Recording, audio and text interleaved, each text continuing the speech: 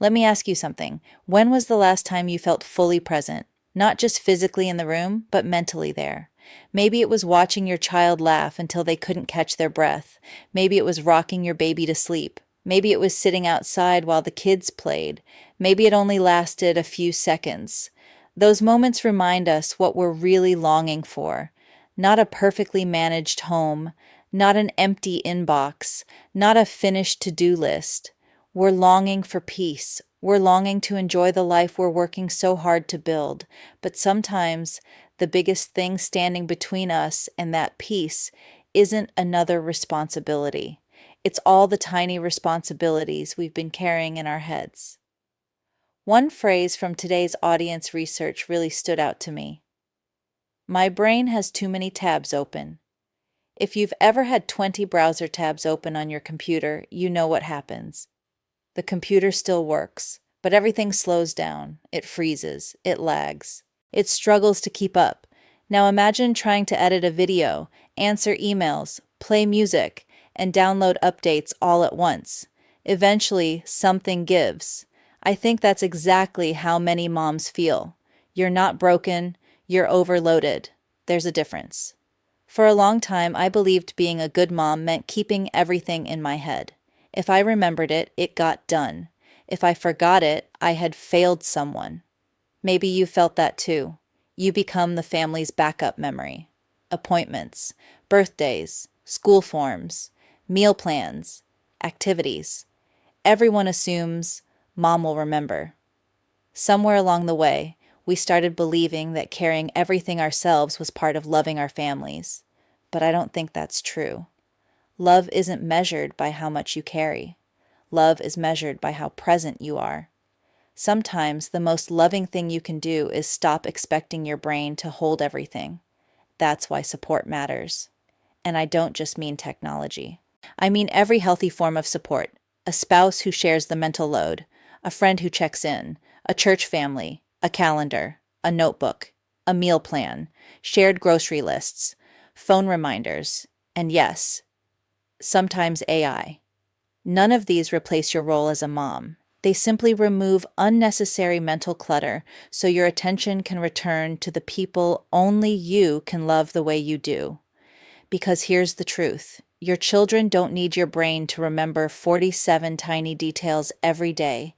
They need your heart. That's where your greatest value has always been. So here's something I'd encourage you to try this week.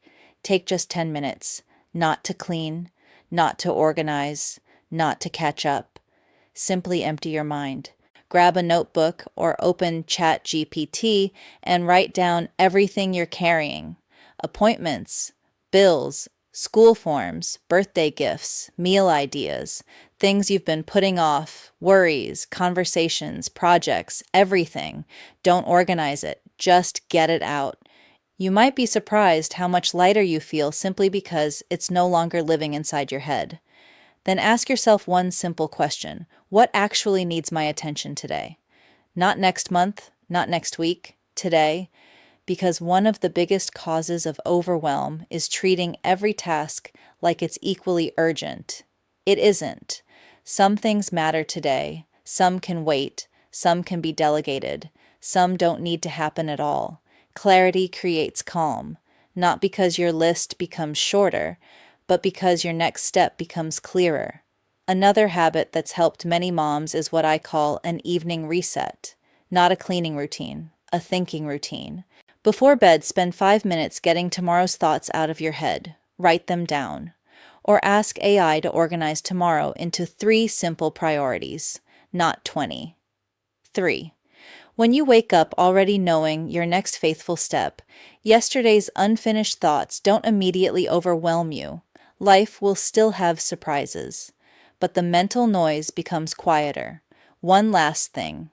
So many moms feel guilty accepting help. Maybe you've told yourself, I should be able to do this, or other moms seem to handle it all. But remember, you're comparing your inside to someone else's outside. You don't know what help they have. You don't know what they're carrying. Comparison hides the whole story. Grace doesn't. Grace reminds us that our worth isn't measured by how exhausted we become. Faithfulness doesn't mean frantic. It means trusting God enough to let go of what was never ours to carry alone. And that brings us back to the real question. Where is your time actually going? Maybe it isn't your time that's disappearing. Maybe it's your attention, pulled in 100 different directions before your day even begins. Because attention is where connection grows. Attention is where memories are made. And attention is one of the greatest gifts you can give your family. So let me leave you with one final thought. Imagine it's 10 years from now.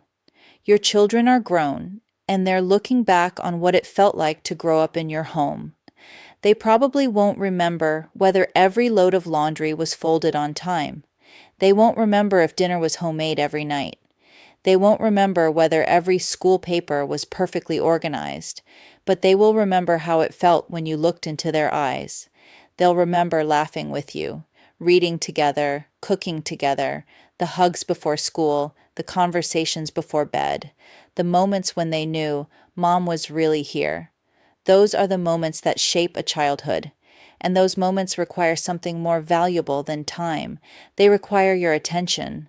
The truth is, your attention is constantly under attack, not because you're doing anything wrong, but because modern motherhood asks one person to carry an impossible amount of invisible responsibility: the appointments, the schedules, the meals, the reminders, the emotions, the planning, the worrying, the remembering. Most people never see it, but you feel every bit of it. If you've ever wondered why you're emotionally exhausted by the end of the day, even though you never stopped moving, here's why. You're not just carrying tasks, you're carrying mental weight, and mental weight eventually becomes emotional weight. But here's the good news. You don't have to carry every thought forever. You don't have to keep every reminder inside your head. And you don't have to prove your love by proving how much you can remember. Real strength isn't carrying everything alone. Real strength is creating space for what matters most. Sometimes that means asking your spouse to take ownership of something. Sometimes it means putting it on the family calendar instead of trusting your memory. Sometimes it means asking a friend for help. Sometimes it means writing everything down. And sometimes it means opening ChatGPT and saying, "Can you help me organize what's in my head?" Not because AI knows your family better than you do, but because every healthy support system has the same purpose: to create more room for you to be present. And presence is something no technology will ever replace. I love how today's scripture speaks directly into this. In Psalm 46:10, God says, "Be still and know that I am God." Stillness isn't simply the absence of noise. It's choosing to remember who is really in control. God never asked you to carry the entire weight of your family. He simply asked you to faithfully love the people He's entrusted to you. And then Jesus gives us another beautiful invitation in Matthew 11:28. "Come to me, all who labor and are heavy laden, and I will give you rest." Notice He doesn't promise an empty calendar. He promises rest. Because peace doesn't come from having less to do. Peace comes from knowing you don't have to carry it all alone. So here's one simple challenge before today ends. Take just 5 minutes. Write down everything that's living in your head. Every reminder, every worry, every responsibility. Don't organize it, don't edit it, just get it out. Then ask yourself one question. What are the 3 things that truly need my attention tomorrow? Only 3, not 30. 3. And if you'd like a little help, let AI organize the rest into clear priorities. Not so you can do more, but so your mind has room to breathe. Because when your mind has room to breathe, your heart has more room to love. Before we finish, I'd love to hear from you. What takes up the most mental space in your day? Is it remembering everyone's schedules, meal planning, appointments, laundry, the constant decisions, or is it something else? Share it in the comments.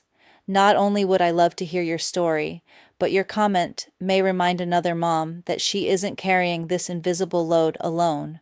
And if today's conversation encouraged you, I'd love for you to subscribe and join this community. Every week, we're talking about practical ways to lighten the mental load, strengthen your family, grow in your faith, and use tools like AI wisely, not to replace motherhood, but to help you become more present in it, because that's the goal, not to become a more productive mom, but to become a more present one. Your family doesn't need a perfect mother. They need you, present, peaceful, available, loved by God, and free to enjoy the beautiful life He's given you. Thank you so much for spending this time with me today. Until next time, give yourself grace, take a deep breath, and make a little more space for what matters most.